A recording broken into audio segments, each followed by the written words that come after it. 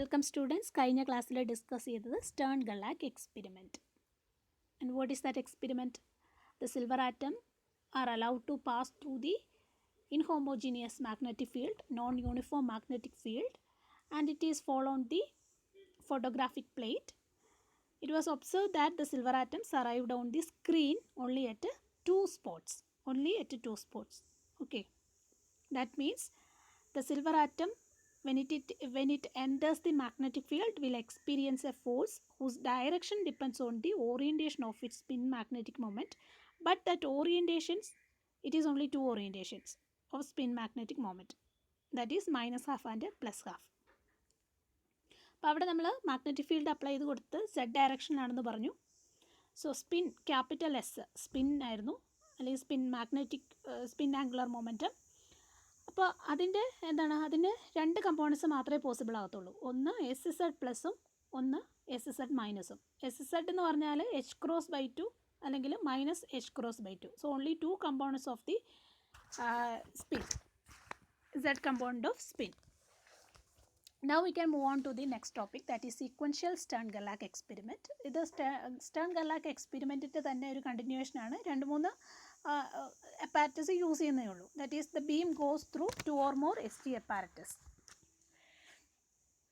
അപ്പോൾ ഇവിടെ ഫസ്റ്റ് ഡയഗ്രത്തിൽ കണ്ടാൽ അറിയാം, there is an oven, it will produce the beam and it is allowed to pass through the first ST apparatus. Here the magnetic field is in the Z direction, and we will get two components, that is SZ plus and SZ minus, and we are blocking this SZ minus component. Only SZ plus component is allowed to pass through the second ST apparatus. Here also the magnetic field is in the Z direction. നമ്മൾ expect ചെയ്യുന്ന പോലെ തന്നെ നമുക്ക് എന്ത് കിട്ടും, ഇത് block ചെയ്തു, ഇത് SZ മൈനസ് വീണ്ടും സെക്കൻഡ് അപ്പാരറ്റസിൽ കൂടെ കടത്തി വിട്ടു. അപ്പോൾ നമുക്ക് എന്ത് കിട്ടും, SZ പ്ലസ് കമ്പോണൻ്റ് തന്നെ കിട്ടും. There is no SZ minus component. And in the next case, beam is passing through the ST apparatus. The field is in the Z direction. Two components, SZ plus and SZ minus.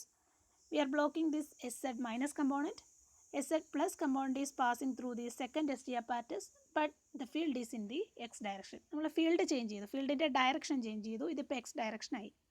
അപ്പോൾ നമുക്ക് കിട്ടിയെന്ന് നോക്കിയേ, SZ plus STXിലൂടെ pass ചെയ്തപ്പോൾ നമുക്ക് കിട്ടുന്നത് SX പ്ലസും SX മൈനസുമാണ് നമുക്ക് കിട്ടുന്നത്, വിത്ത് ഈക്വൽ ഇൻറ്റൻസിറ്റി. രണ്ടിനും ഈക്വൽ ഇൻറ്റൻസിറ്റി ആയിരിക്കും ഉള്ളത്.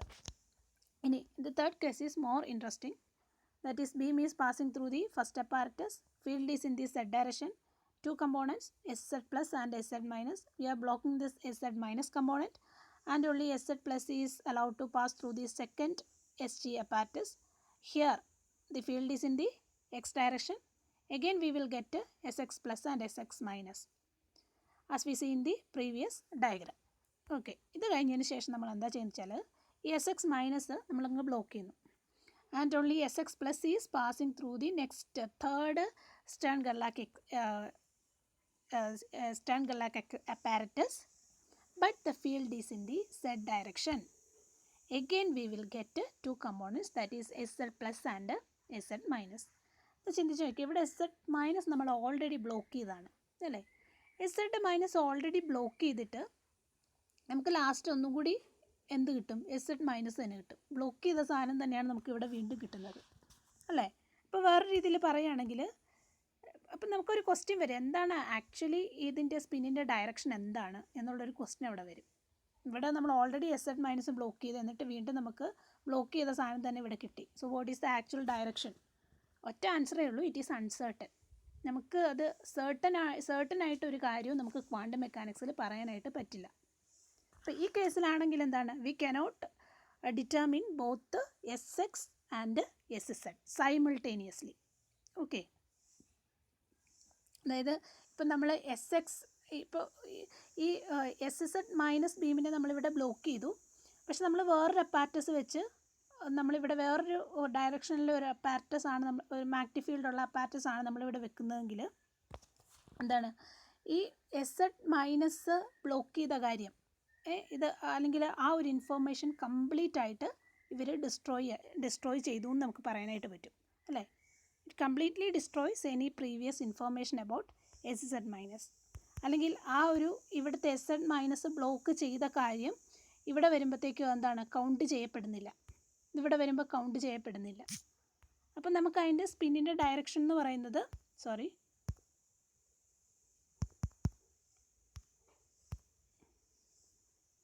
സ്പിന്നിൻ്റെ ഡയറക്ഷൻ എന്ന് പറയുന്നത് നമുക്ക് കറക്റ്റായിട്ട് പറയാനായിട്ട് പറ്റില്ല അല്ലേ. ഇപ്പോൾ ക്വാണ്ടം മെക്കാനിക്സിൽ ഇത് എന്താണ് ഒരു അതിൻ്റെ ഒരു പെക്യുലിയാരിറ്റിയാണ് എന്ന് പറയാനായിട്ട് പറ്റും, ഒരു അൺസർട്ടനിറ്റി എന്ന് പറയുന്നത്.